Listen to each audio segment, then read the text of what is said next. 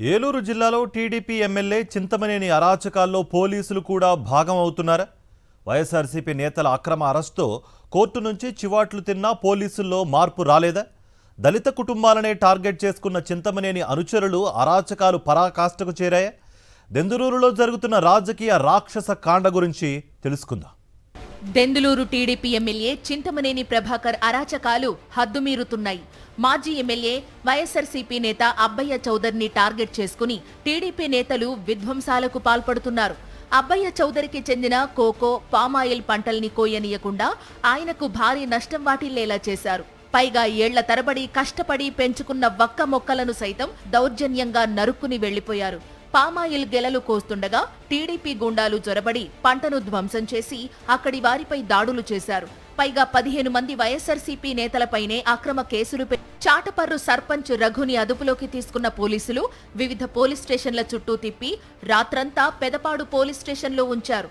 కూటమి ప్రభుత్వం వచ్చినప్పటి నుంచి తమ కుమారుడిపై రాజకీయ కక్ష సాధింపులు పెరిగిపోయాయని రఘు తల్లి, భార్య ఆందోళన వ్యక్తం చేశారు.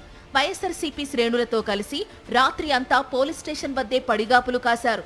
చివరకు న్యాయ పోరాటంలో విజయం సాధించి రఘును విడుదల చేయించుకున్నారు.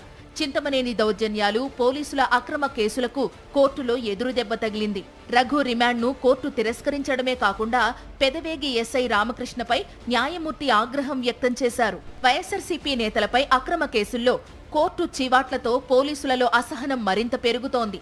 దెందులూరు నియోజకవర్గంలో వైఎస్ఆర్ కాంగ్రెస్ పార్టీ నాయకుల మీద కక్ష సాధింపు చర్యలు ఇంకా కొనసాగిస్తూనే ఉన్నారు. పెదవేగి ఎస్ఐ రామకృష్ణకు గతంలో ఒకసారి మెమో ఇచ్చినా ఆయన తీరు మారలేదు. ఇప్పుడు రెండోసారి మెమో తీసుకున్నారు. కానీ చింతమనేని అరాచకాలకు అండగానే ఉంటున్నారు. ఆయన ఆడమన్నట్లే ఆడుతున్నారు. రఘు అరెస్టు సమయంలో పెదవేగి పోలీస్ స్టేషన్ ముందు ధర్నా చేసిన రఘు తల్లి, భార్య, వైఎస్ఆర్సీపీ నేతలు అనేక మందిపై కేసులు పెట్టారు. న్యాయస్థానాలు ఆగ్రహం వ్యక్తం చేస్తున్నా, ఎస్ఐకి మెమోలు ఇస్తున్నా పోలీసుల తీరు మారడం లేదని వైఎస్ఆర్సీపీ నేతలు ఆగ్రహం వ్యక్తం చేస్తున్నారు. పోలీసులు నిబంధనలకు అనుగుణంగా నడుచుకోకుండా కూటమి నేతల చేతుల్లో కీలుబొమ్మలుగా మారితే భవిష్యత్తులో భారీ మూల్యం చెల్లించుకోక తప్పదని హెచ్చరిస్తున్నారు.